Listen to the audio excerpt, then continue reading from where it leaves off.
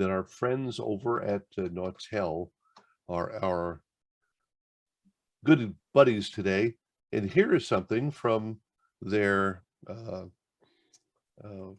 do you call it? Transmission Tuesday. And Jeff Welton. I talked to a guy up in Alaska, Dutch Harbor, who was a field engineer for a bunch of sites. I mean, you know, like a surveyor engineer kind of type guy. And he turned me on to something that I thought was just quite remarkable. He said he's tried carrying, you know, weapons, bear spray, and all that kind of stuff, and it turns out that it's heavy, it's uncomfortable, it's hard to get on the plane, and he found out that he can carry those, you know, air horns, canister air horns, and he said those are really quite good at deterring a bear. I mean, it's not perfect, but I mean, it's enough of a kind of a, it's like an audio flashbang, and they don't like it. So that's one of the tips from Nautel, and they do, as you noticed, their Transmission Tuesday talking.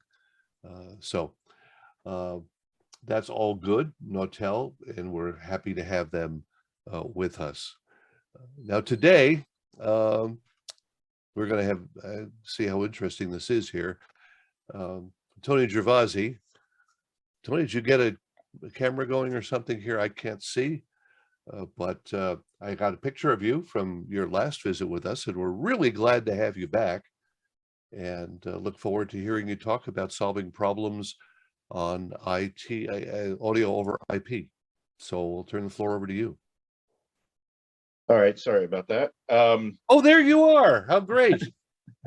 But just, of course, just as we start this, a trucking company calls are trying to deliver a 4-bay antenna, right? There's that 24-hour notice you're supposed to give us, or 24-second notice. So I apologize for doing this on my pad here. My Windows update caused a blue screen of death about an hour ago. And so I'm going to do this verbally. I'll answer any questions you guys have. Feel free to pop them in. And of course, once I get my computer back up and running, I'll send the presentation off to Barry, and you guys can download it or view it at that point. I have to be faster than a bear. Oh, okay. Talking about this IP and things that can help us and also hurt us. When, you know, I have the Interplex product that I'm in charge of for Gates Air, and I get a lot of phone calls of, you know, this isn't working, this isn't working, I can't get it to talk, why isn't it pass on audio, why do I don't see ones and zeros and all that good stuff. And 99% of the time it's UE, user error. That's where we find things, simple things like they're connected to a Comcast cable modem, and the cable modem is set into router mode and not bridge mode. So maybe it's going out of their modem, or any modem, Comcast, AT&T, what have you. It's coming out of there as a router with getting a DHCP address. The router that they put in is also handing out DHCP. They may have unblocked ports, but it's still being blocked by you know, the host router. So that's the first thing I ask is whoever you're getting your IP from, is it set into bridge mode versus route mode? The other thing is the importance of fixed IP addresses. Necessary, no, but boy, it sure helps make life much easier. That if you have fixed IP addresses on every end, we have a utility that allows for DHCP addresses to connect back to the host, if you would. Not relying on a third-party server, it's all done internally. But still, when your IP address changes in the middle of the night because of some equipment upstream changed, you don't want to deal with that. You don't want to get the phone calls of why did that go off. And getting a set of 5 IP addresses is usually about $5 a month more, so it's not really that bad. The other thing we find is that the ports, you know, we try to use ports that are high enough that nothing else is on them, but we find that so do other people try to use the same ports, or they don't allow for those ports to be fully open. And in some cases, I just ran into a router where even though they unblock the ports are actually still blocked till they get a command to let IP traffic through. And So we're finding that to be very interesting now. So normally if you unblock it, put something in the DMZ, it's allowing everything to be wide open. And in this case, we're finding some routers think they're smarter than you and will not allow ports to start passing traffic until you actually force traffic through the port. And then the other thing is other rogue traffic. When we find at certain transmitter sites that we're plugged into some type of router, maybe, you know, getting a DHCP address or getting a fixed IP address from your IP company, we're seeing a lot of rogue traffic. Not not traffic in a sense of banging the box trying to get information or trying to break through, but just weird rogue traffic actually happening internally. Either some ports are turned off or somebody has an HP printer turned on and HP is sending all kinds of traffic. If you ever see the noise that comes out of an HP printer, it's amazing. That a lot of people just don't turn off some of the features they're not using, and that creates a lot of traffic on a network. And when you're thinking about passing, whether it's composite or your E2X data or your audio over IP, you kind of want to make sure all that's under UDP. And we don't, you know, there is no second chance unless you're using forward error correction and using a second stream or whatever. You missed a packet, you missed a packet. So you want to kind of keep that as clean as possible. In the sense of new technology that's coming out, SRT, Secure Reliable Transport, which creates a triple DES 256-bit encrypted tunnel between point A to point B. It's still UDP, but it has hooks in it to allow for retransmission of packets, and also creates a secure tunnel with FEC built in. So unlike TCP/IP, which will throttle down if you start getting lagging or start hitting missing packets and it's asking for the retransmission and it starts throttling down the speed, UDP will not, and Secure Reliable Transport will not, but it can ask for retransmission of packets. So that is something that I think we're the first audio company or first audio codec to deploy it. It's been in video codecs for a couple of years now, and we support it on our video side, but more importantly, we have it in our, it's being deployed in our audio codecs, the new generation of IPLs. And we find that's, if you don't have multiple paths and you have a questionable path, or maybe you're using cellular or satellite, and people using Viasat, using the Starguide or Starlink from Elon, using Max Connect or using 5G or 4G, the SRT really does come in handy and gives you a reliable transport mechanism.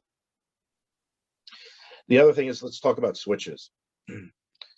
Most recently, a major group in a major market has been having problems, and I've been walking through their configuration, and I'm like, are you sure there's nothing in line? Are you sure why? And like, you know, this stuff's not rocket science if you kind of like go through it and you think about what you're doing, and come to find out they're using an off-the-shelf Office Max $14.95 5-port switch to transport their UDP traffic, which has, you know, their composite and their E2X data. And I want to know why, you know, what's happening and why that is the point right there that you're going to bust it. Yeah, let's get a real switch. Let's put a Cisco series in there, or something that's, you know, has some reliability on it where it's going to handle and manage the traffic. I always suggest using at least a layer 2 switch, and they don't have to be expensive ones. Cisco's Office series, it's an SG100 series or 101 series. It's a layer 2 or a layer 3 series switch. Inexpensive for a 5-port or an 8-port switch, just for a transmitter site, even a 24-port, and it will manage traffic much better, and stop broadcast storms and denial of service and all that good stuff that just buying a cheap $14 switch. And we've all done it. We've all run to Office Max real quick and, okay, this will get me on the air, but we need to go back and make sure we correct that or go and get a switch that's going to work for us. The other is also your cabling. We all used to like to make connectors and put XLRs on and crimp Cat5 cables. but we have to be careful of what we use connector wise. Again, I've seen this in a audio over IP studio install a couple of years ago, where the patch panel that they bought was designed for Cat 6 cable or Cat 5e cable, but it was designed for solid cable, and the cable that they bought was a twisted pair, but it was a stranded cable, and when they punched it in, the cable didn't stay, and it would stay for a little bit, and then 2 days later, 3 days later, a blade would go down, or a node would go down, or something, mic amp would stop working.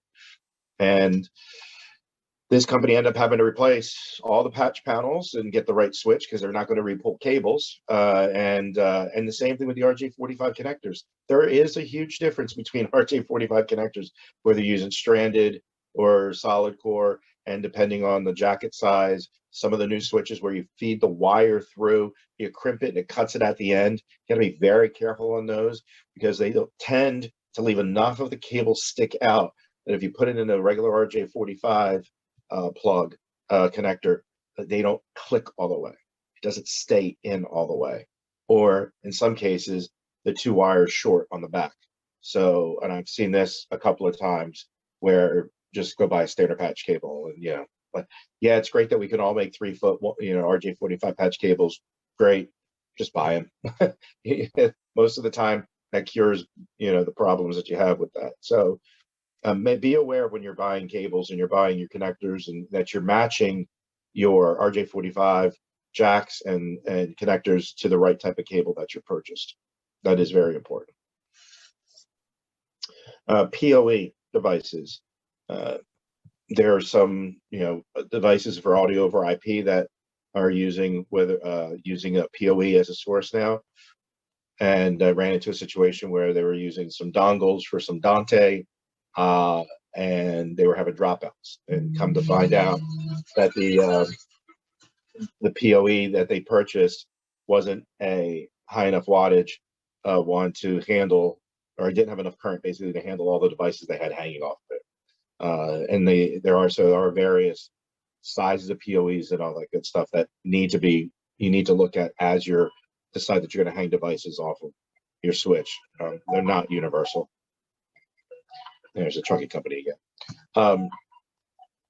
So those are just kind of some real quick highlights of things that I've seen that have caused issues with audio over IP, and that are not equipment related as opposed to your device that you bought from whatever vendor that you bought, but it ends up being the infrastructure that causes more of the issues. And those are things that we need to be aware of as we're building out our studios, or as we're looking at the infrastructure at a transmitter site. That tends to be the weakest link. Will always take you down, usually Friday at 5 o'clock in the middle of rush hour in a ratings period, or I guess for those of us who don't have ratings periods anymore, always in a book. So any questions and anything I can touch over? I plenty of experiences with nightmares I could tell you about, but any questions I can help answer anybody? I can't tell if this is off subject too much. This is best practices on laying data cable with speakers and microphone analog lines and things like that. Yeah, I mean, for most cases now, Cat 5, Cat 6, and I've pulled Cat 5 150 feet of Cat 5 cable with a DAX 50 kilowatt in the building and not had any problems, and running audio over it. You should keep some separation. I would not bundle them together. I would always try to keep and even when we were doing installs of studios, try to keep our data cables on one side, our media twist cables that we're using for audio over IP in one other location. Just kind of bundle them out like that. You don't want to bundle, your power and your speakers and everything into one big bundle. You want to separate them, but running parallel next to each other. I have never experienced an issue where I've had a crosstalk problem. Most of the crosstalk that I've seen has been improper connectors.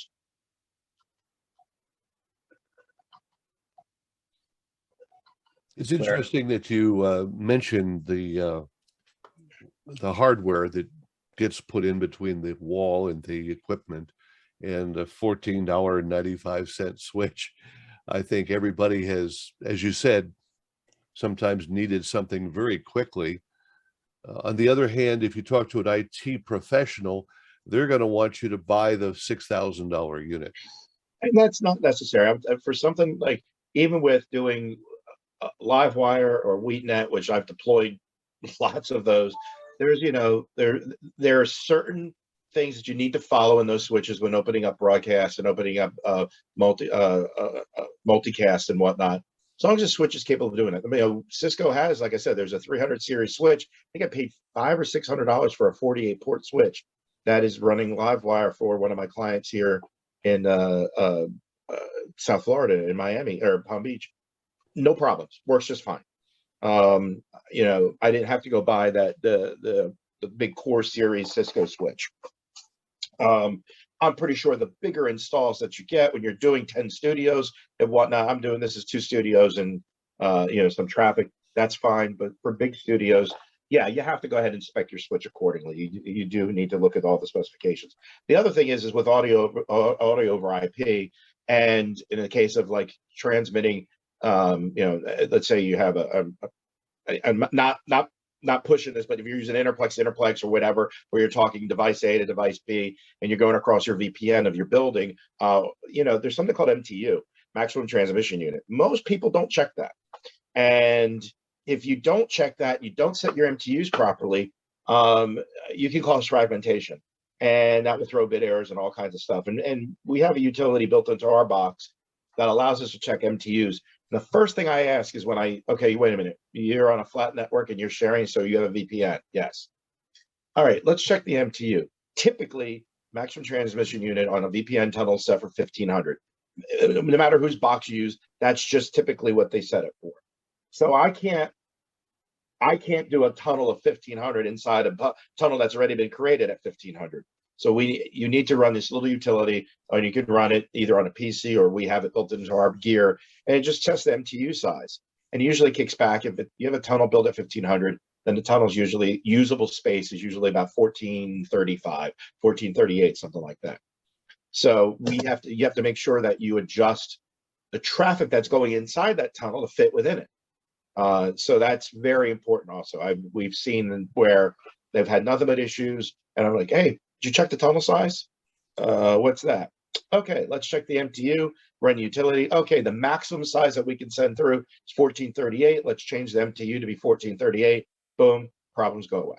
Then you no longer have fragmentation, and you don't have to worry about traffic being dropped. So that's something else you may want to look at is if you're having an issue moving information from point A to point B through an audio codec, a video codec, or something like that, is check your MTU size.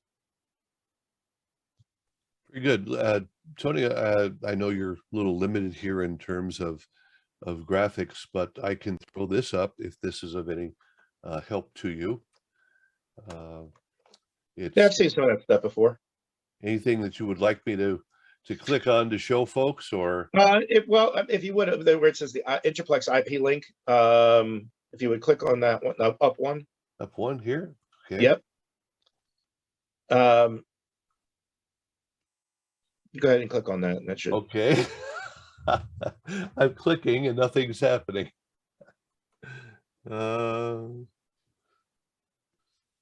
This is one of those real good days, isn't it, for IP? Yep. There we go. Oh, there we go.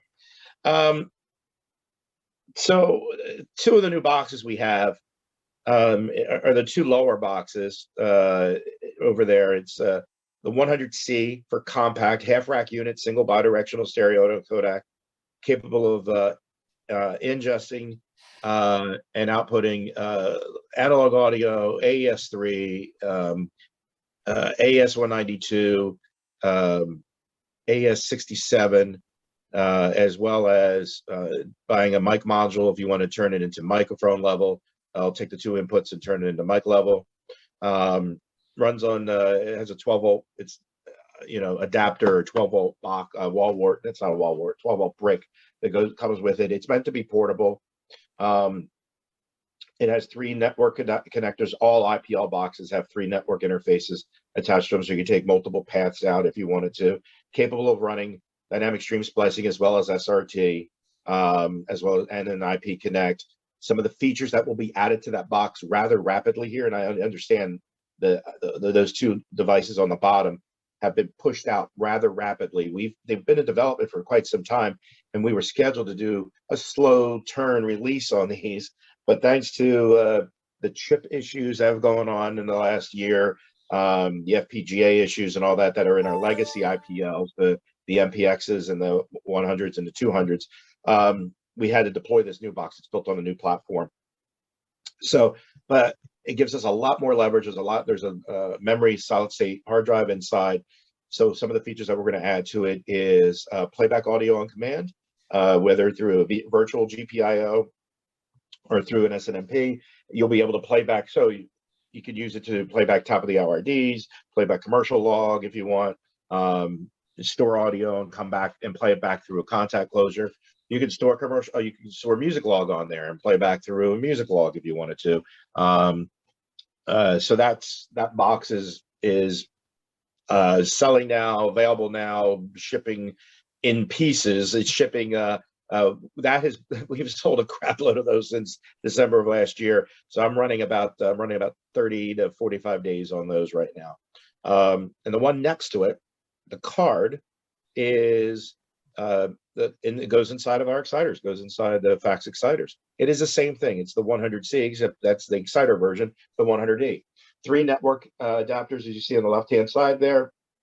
On the right-hand side, you'll have your contact closures, your GPIO serial data, as well as right to the left of those, or right in the middle of those 2 Rj45 fields.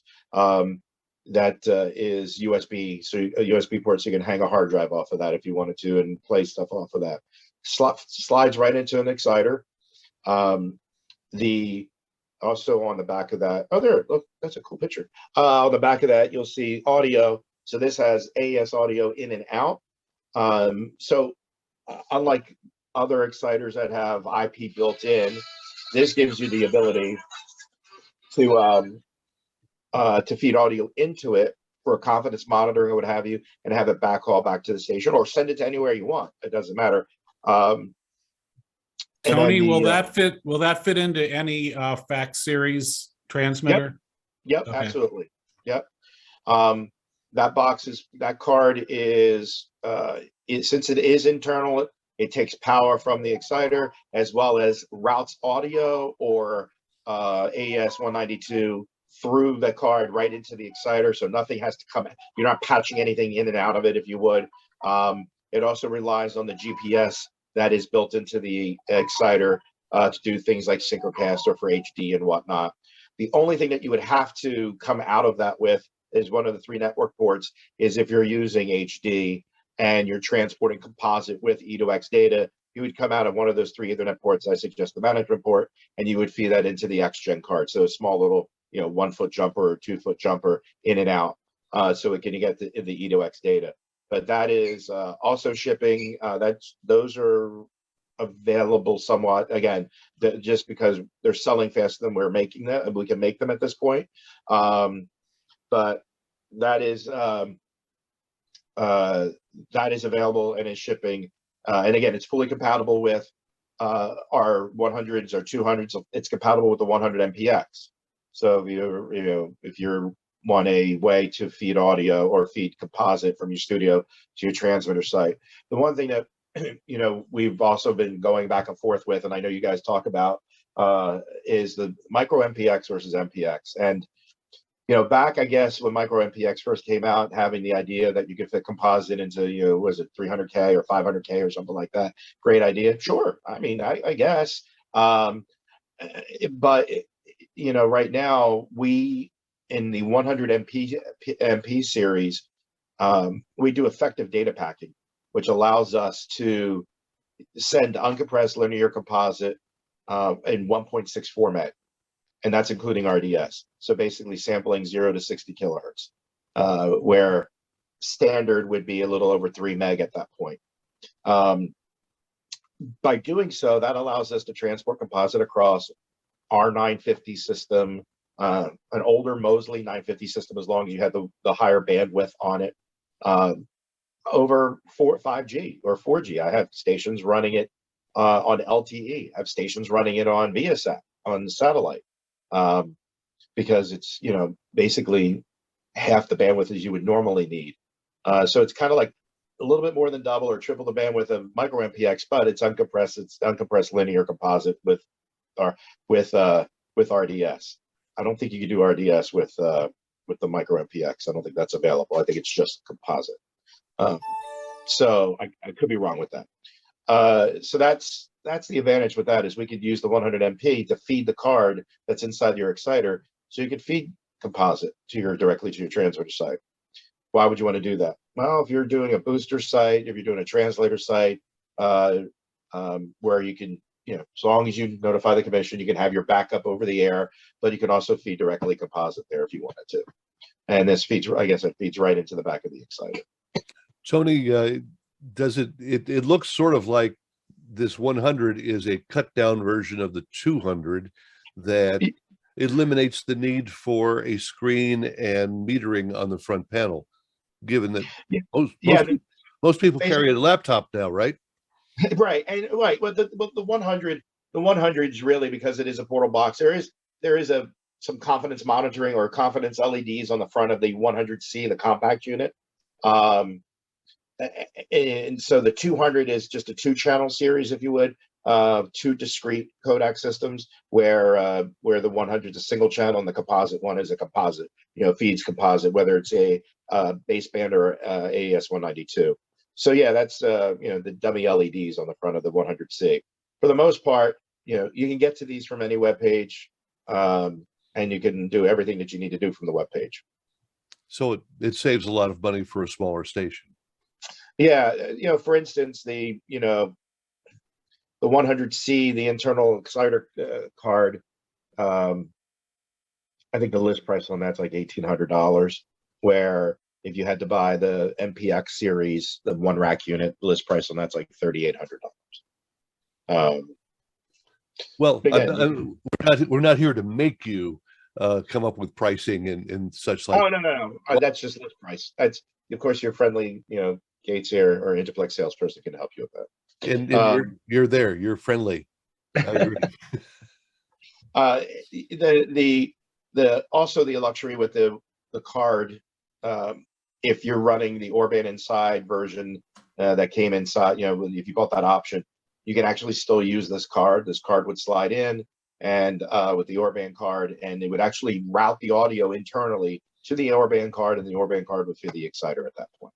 So all of that is available if you're doing that. Also a neat feature that's coming out for the 100E and the 100C is we have a 10-band audio processor coming in, built into the box. It will be, you can use it to at the origination point, or you can use it at the destination point.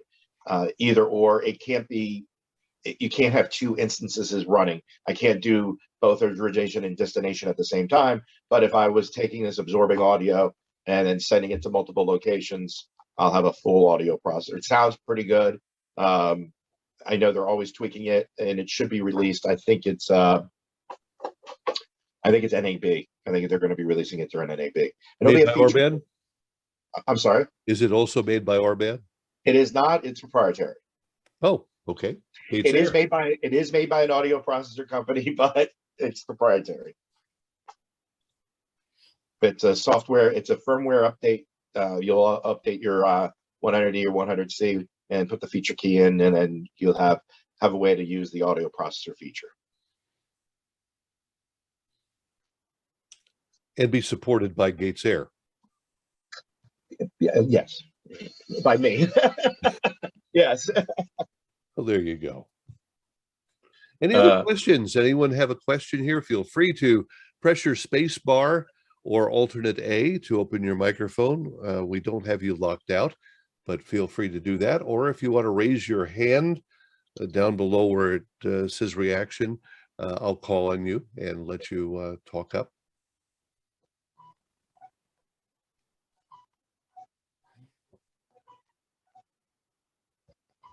Actually, it's Mike Friedman. I have a question, but I can't find any of this on the computer. Can I speak? Sure. Go ahead, Mike. All right, you guys can hear me, right? Yes, sir. Okay, thanks. Yeah, I'm coming to you via my phone, watching on a desktop without microphone and speaker. So, hey, I've definitely got some IP Link 200s and 100s. I'm about to rely on a IP Link 100 as my main FPL to 2 rural sites. That's a challenge all in itself with getting internet. And one of the thoughts that came across, and I'm just looking to hear some real world examples where if I start to have minor issues with data, losing bits, packet loss, I'm sure that's where your plug-in Splicer would come in handy. And I forget its name right now, but could you give me some real world examples about that? Sure. A couple of things. Dynamic stream splicing is the feature you're talking about. And there's 2 different ways to run dynamic stream splicing. There's path redundancy. So you can have, or path diversity, should I say. So you can have 2 or 3 streams coming from your source to your destination. All 3 streams will get there. However they get there, timing wise, it doesn't matter because we buffer to allocate for it. And because with dynamic stream splicing, we write to the header, stamp it, and we wait for all that data to come in. And if it's not needed, we throw away the packets. If it's needed, we use the packet that is necessary. So if one path starts acting up, you have the ability to have the other packets there waiting, and they slip right in. Now that's with path diversity. But we also offer a feature of that called time diversity, or you could just enable time diversity.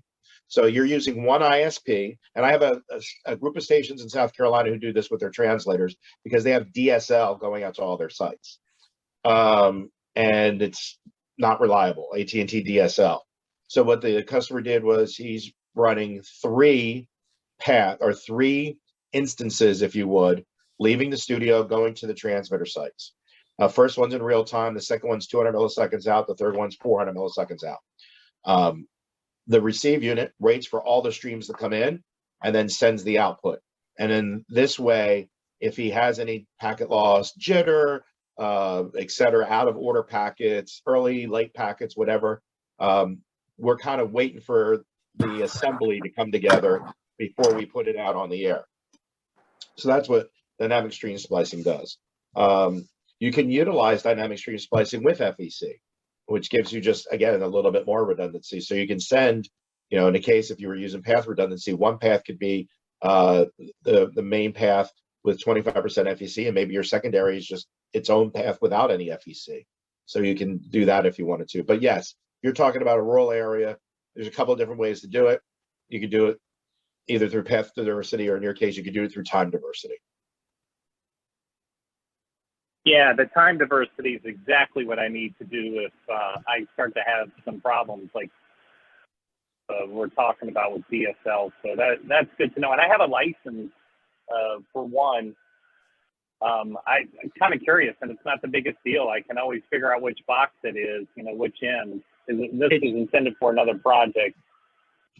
If I wanted to change where the license goes for that plugin, are you guys friendly enough to do that for me as a favor, or do I really have to go and purchase hardware? We don't have a way of doing that because it's licensed to the MAC address of the box. So I have no way of removing it from the box A to install it on box B. Does that make sense? Understood. Yep. Thank you. So, but, if you always get into a pinch where so I had an instance where I heard out Los Angeles, Doug was running into an issue, and one of his, I think it was 11 gig path or something like that, started acting up, and he didn't have stream splicing. And you can log in as administrator and enable a 30-day demo free of charge. And we did that, got him up and running, and boom, all of his problems, until he got the 11 gig issue fixed, he was fine. So that's always, that's always something you can do. If everything's running fine, you don't need it. Okay, but then if you do need it, you can always just log in as admin, enable the 30-day demo, which basically unlocks all the features on the box for 30 days. And then you can deploy your stream splicing. You only need stream splicing on the receiving unit, on the critical end. You don't need it on the send unit. So you only need it on the one unit. And you can tell what you can tell what features you have just by logging in standard, still logging in standard. And there's going to be on the general button, there'll be, you know, say features. And if the box has a green check mark next to it, you have that feature installed. Yeah, I can share with the group. I've used the limiter feature, which is the plugin. That really helped with a problem we had, rather than having to get external hardware. And we did just what you said. We used it on demo for 30 days, and we're like, yep, this solves our problem. Send a check to you guys, and we're in business. Thank you. Tony, one of the chat questions here asks if you have a recommendation for a lowest cost network cable tester that's good at certifying a cable for speed. I don't. The last tester I bought was expensive. It was like $2,500 to qualify each cable for speed and for crosstalk and all of that good stuff. I don't know of an inexpensive one off the top of my head. I know there's cheap testers out there just to tell you connectivity is good, but that doesn't qualify it for speed. Okay. Any other questions from the field here? Okay, this is Larry Wood over at KQED in San Francisco. I've got a quick question for Tony. Actually, it might not really be a quick question. We have an IPL 200 that we've had for about 4 years, and we use it to go from a studio to a transmitter. It works great going from the studio to the transmitter. But as soon as I turn on the direction going from the transmitter back to the studio unit goes into a whole lot of errors and eventually reboots and interferes with the stream going up there. To me, it sounds like a network configuration issue. I've sent the configuration file off to you guys at Gates Air, and you looked at it and you said it's perfect. And well, wait a minute, the configuration, that error, I can tell you what's probably happening because it's blocking. It's probably we're getting hashed on the FEC port. So I would check your firewall coming back into the system and make sure there's nothing in there doing port translation. okay, great. Because of course our network people say, no, there's no problems at our end. So the one thing I've seen that sometimes, not all the time, sometimes will cause an issue with the box and cause it to reboot, like it just went like a reboot, is if we get heavy rogue traffic on the FEC port when FEC is deployed. And we have an real quick, easy way of testing it. We just turn off the FEC and it stops happening. Then we know that something's going on in the switch. It's usually port translation that's happening that causes this rogue traffic to come through.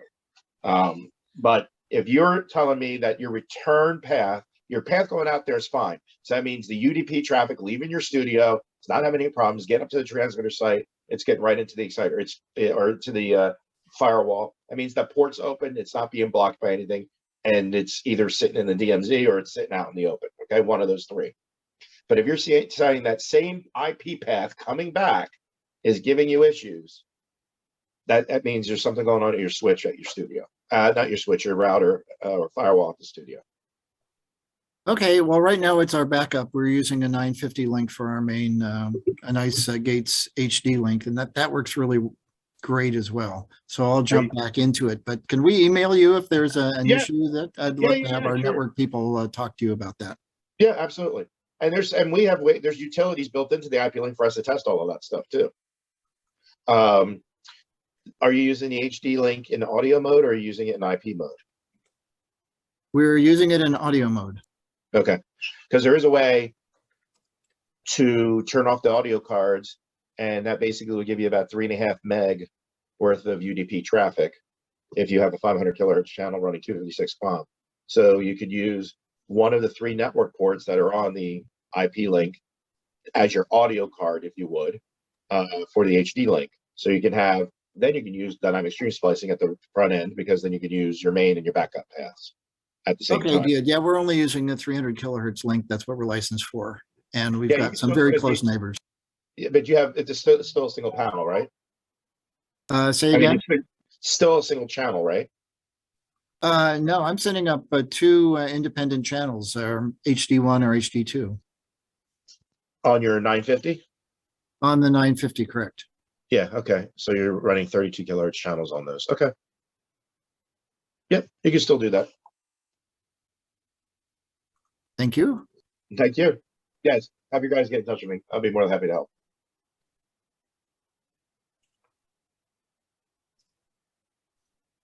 Do you have anywhere on this site here that I can pull that contact up for them? Yes. If you go back to the Gates Air site, Okay. and scroll up, Scroll up to, if you scroll up, you'll see sales on the left-hand side, sales directory. oh, Sales staff directory, yep.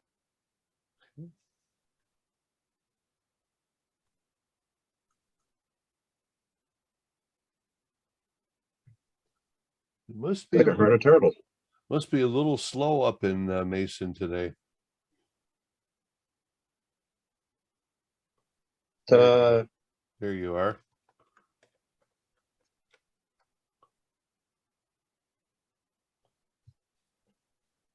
So we got our new phone system in. So if you call the office number, it rings my office, it rings my cell, it rings my computer, it rings my braces, it rings my watch, it rings my earphones, everything. It's you can't get away from it. So the office number rings everything. So you know, if you call the office number and you don't get me, then it goes to the mobile. You're just calling the same number. So and you know, if you can voicemail me. That you can't text the office number, you can text the mobile, but you can email all the time too. As you heard, my phone's been going crazy while we're doing this, so I get some phone calls to return. But yeah, you can always call the office number and it rings every device I have.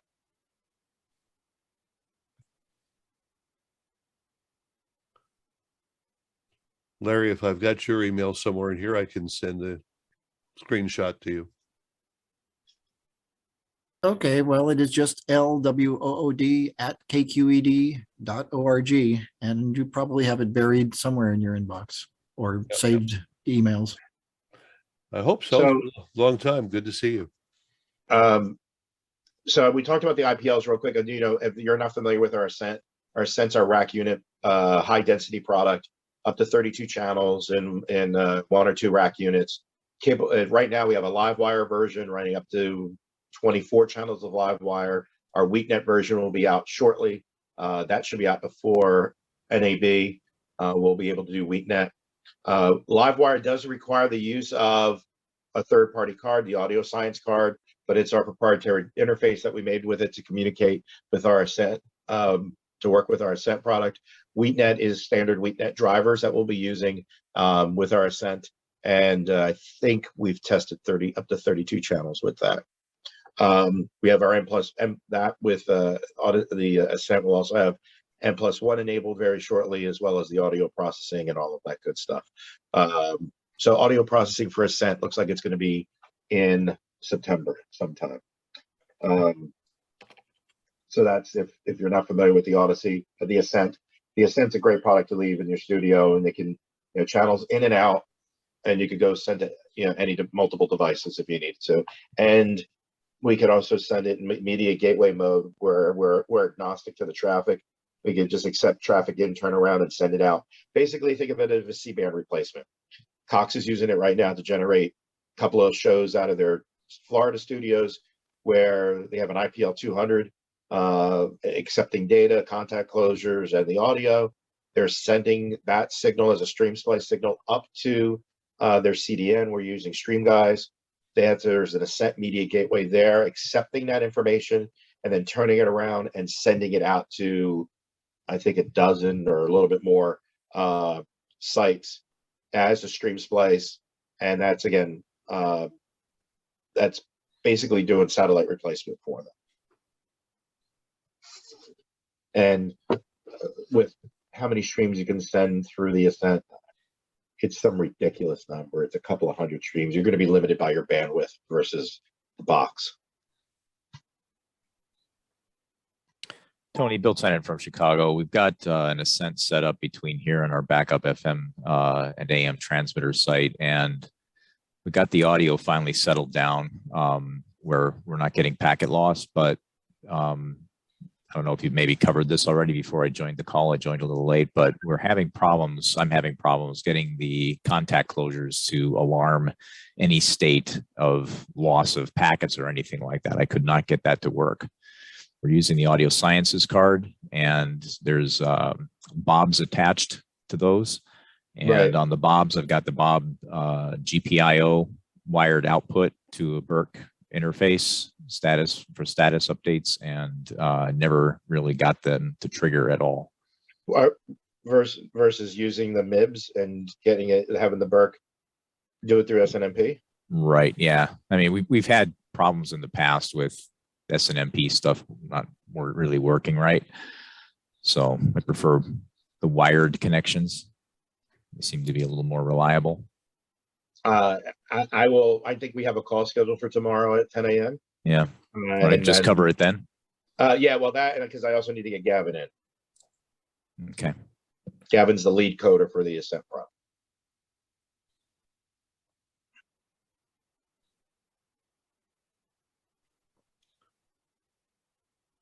I think it's great to have the fund of knowledge here, Tony, that you can do that, and then tomorrow follow up. Well, that's one of the luxuries with our stuff is all of the people who, for Gates Air, who, you know, who write the code for our exciters, for the IPL products, the Ascent products, all of it sit in Mason. You know, I don't have to call some country somewhere and, you know, 13 hours, 15 hours ahead or behind and figure out what language you're speaking. I can, you know, get on the horn and go, hey, Gavin, I need you tomorrow. And, you know, that's one of the luxuries. You know, Hema, who's wrote a lot of the code for the IPLs, I could call her directly. Hey, I have a question. How do I get this to work? Or why do we do this? Or how do we do this? And send her the configuration file. I mean, it's like, to me, that's a luxury. I'm not, you know, you can't place a value on that because the coders sit where I can walk to them if I was. When I'm in Mason, I can literally walk right to the lab and talk to them. Ah, yes, the factory built in a cornfield. The factory built in a cornfield, right? Absolutely. You know, I used to live about a half a mile away, so when Jeff was there, it was always fun to stop by. Yep. Just so long as you don't ask them to lock the station to KUOW. I heard that this morning. Or WLW. I heard that this morning on NPR, and I laughed because I thought, you know, did they do that on purpose? No, everything we've heard is that it was just an undiagnosed coding error that sat there for years till somebody did it. I believe that's called a undocumented feature. Thank you, Microsoft. Well, if you guys ever have any questions, you know, whether you have our products, looking at our products, looking at different things to do, I have the real world experience of running, you know, 100 radio stations for Nassau Broadcasting for 20 years, using these products. That was the luxury of being able to jump right into Gates Air and not have to, you know, have to relearn all of this stuff, the T1 stuff and the IPL stuff, just to, you know, hit the ground running. If you have any questions on what you're doing, if I don't have the answer, I know where to find the answers, and I'd be more than happy to help you. I've also had real world experience of where, hey, if you're working with product A and product B, this is how our products interface with it. And you know, and as we used to say when doing our Microsoft stuff, or, you know, there's the right way, the wrong way, and the Microsoft way. But there's a real world way too with this stuff. And, you know, putting it on the bench and testing, it's one thing, but getting it through, you know, whether it's your private line circuit that you're using from AT&T or using a DSL and all that. It's just me talking to people every day and working with them every day that I make my notes, my Bible that says, hey, you're using that router from AT&T? Yeah, check this. And that's to me, to help you guys with that, I have no problem whatsoever. Well, we appreciate that. And you're going to send me a little file here for those that would like to take a deeper look into the. Yeah, I have a nice little little 10-page PowerPoint presentation done as a PDF. It's sitting on the box, the dead box in front of me. So once I give it CPR and get it back to life, I'll send it to you and we can send it out to everybody. Or if you like to send me an email, want a copy of it, I'll be more than happy to send it to you guys direct. Either way, that's great. Okay. Tony, it's really good to have you back. Sorry that we got you on a day when the computer wasn't as cooperative as it wanted to be, but we'll invite you back again another time. My pleasure. Thanks, guys. I really do appreciate it. Have yourself a great week. Take care. Take care.